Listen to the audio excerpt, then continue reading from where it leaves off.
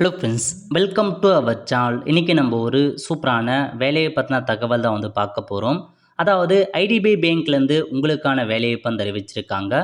இப்போ அந்த வேலைக்கு யார் யாரெல்லாம் அப்ளை பண்ணலாம், இதுக்கு தேவையான எலிஜிபிலிட்டி என்ன, இதை பற்றின மொத்த இன்ஃபர்மேஷன் தான் இந்த வீடியோ வந்து பார்க்க போகிறோம். இந்த வீடியோ ஸ்கிப் பண்ணாமல் ஃபுல்லாக பாருங்கள். அது மட்டும் அல்ல, இந்த வீடியோ நிறைய பேருக்கு ஷேர் பண்ணுங்க. ஓகே, அதாவது ஐடிபிஐ பேங்க் இருக்க பாருங்க, அங்கேருந்து உங்களுக்கான வேலையை இப்போ வந்து அறிவிச்சிருக்காங்க. ஸோ இப்போ இதை பற்றி வந்து பார்க்கலாம். ஓகே, உங்களுக்கு ஒவ்வொரு ஜோன் வைஸாக வேகன்சி கொடுத்துருக்கோம் அப்படின்ட்டு அறிவிச்சிருக்காங்க. சென்னையில் பொறுத்த வரைக்கும் சென்னை ஜோனில் தமிழ்நாடு பாண்டிச்சேரியில் அப்ளை பண்ணலாம் அப்படின்றத மென்ஷன் பண்ணிட்டாங்க.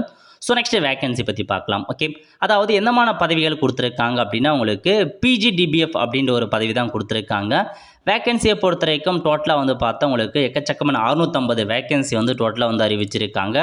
இதில் வந்து பார்த்தீங்கன்னா உங்களுக்கு எக்ஸாம் எப்போ இருக்க போகுதுன்னா ஏப்ரல் 6ஆம் தேதி எக்ஸாம் இருக்கும் அப்படின்னு மென்ஷன் பண்ணியிருக்காங்க.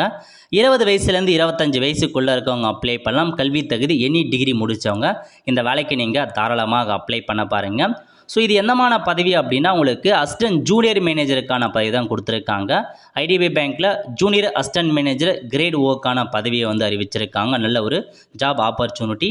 கட் ஆஃப் தேதி நீங்கள் மார்ச் 1, 2025 கட் ஆஃப் தேதியாக நிர்ணயம் செஞ்சுருக்காங்க. அப்ளை பண்ணுறது எப்போ அப்ளை பண்ணலான்னா, மார்ச் 1, 2025 மார்ச் 12 வரைக்கும் நீங்கள் அப்ளை பண்ணலாம்.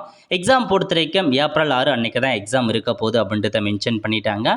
ஸோ எனி டிகிரி முடித்தவங்க அப்ளை பண்ணிக்கோங்க. ஏஜ் மட்டை பொறுத்த வரைக்கும் 20 வயசுலேருந்து 25 வயசுக்குள்ளே இருக்கவங்க அப்ளை பண்ணலாம். ஏஜ் ரிலாக்ஸேஷன் ஏன்னா எஸ்சிஎஸ்டி அதிகபட்சமாக 5 இயர்ஸ் வரையும், ஓபிசி என்சிஎல் 3 இயர்ஸ் வரையும் அப்ளை பண்ணலாம் அப்படின்றத கொடுத்துருக்காங்க.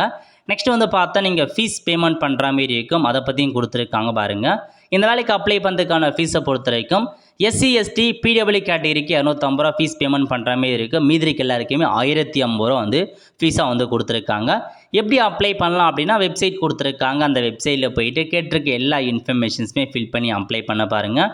நல்ல ஒரு ஜாப் ஆப்பர்ச்சுனிட்டி, மிஸ் பண்ணாமல் அப்ளை பண்ணுங்கள்.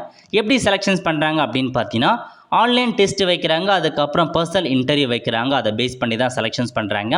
எக்ஸாம் எப்படி இருக்க போகுதுன்னா அப்படின்னு இதிலே கொடுத்துருக்காங்க பாருங்கள். மொத்தமாக 200 கொஷின்ஸ் கேட்குறாங்க. 200 மதிப்பெண்களுக்கு எக்ஸாம் வைக்கிறாங்க. நெகட்டிவ் மார்க் இருக்குது அப்படின்ட்டு மென்ஷன் பண்ணியிருக்காங்க. அதுக்கப்புறம் இன்டர்வியூ வைக்கிறாங்க. அதை பேஸ் பண்ணி செலெக்ஷன் பண்ணப்படும் அப்படின்றதையும் தெளிவாக கொடுத்துருக்காங்க.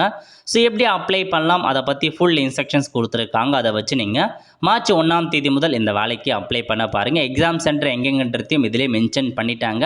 ஸோ இங்கெல்லாம் உங்களுக்கான எக்ஸாம் சென்டர் வந்து இருக்க போகுது. ஓகே, அவ்வளோதான் ஃப்ரெண்ட்ஸ். ஸோ இதான் இந்த ஜாப்க்கான மொத்த இன்ஃபர்மேஷன்.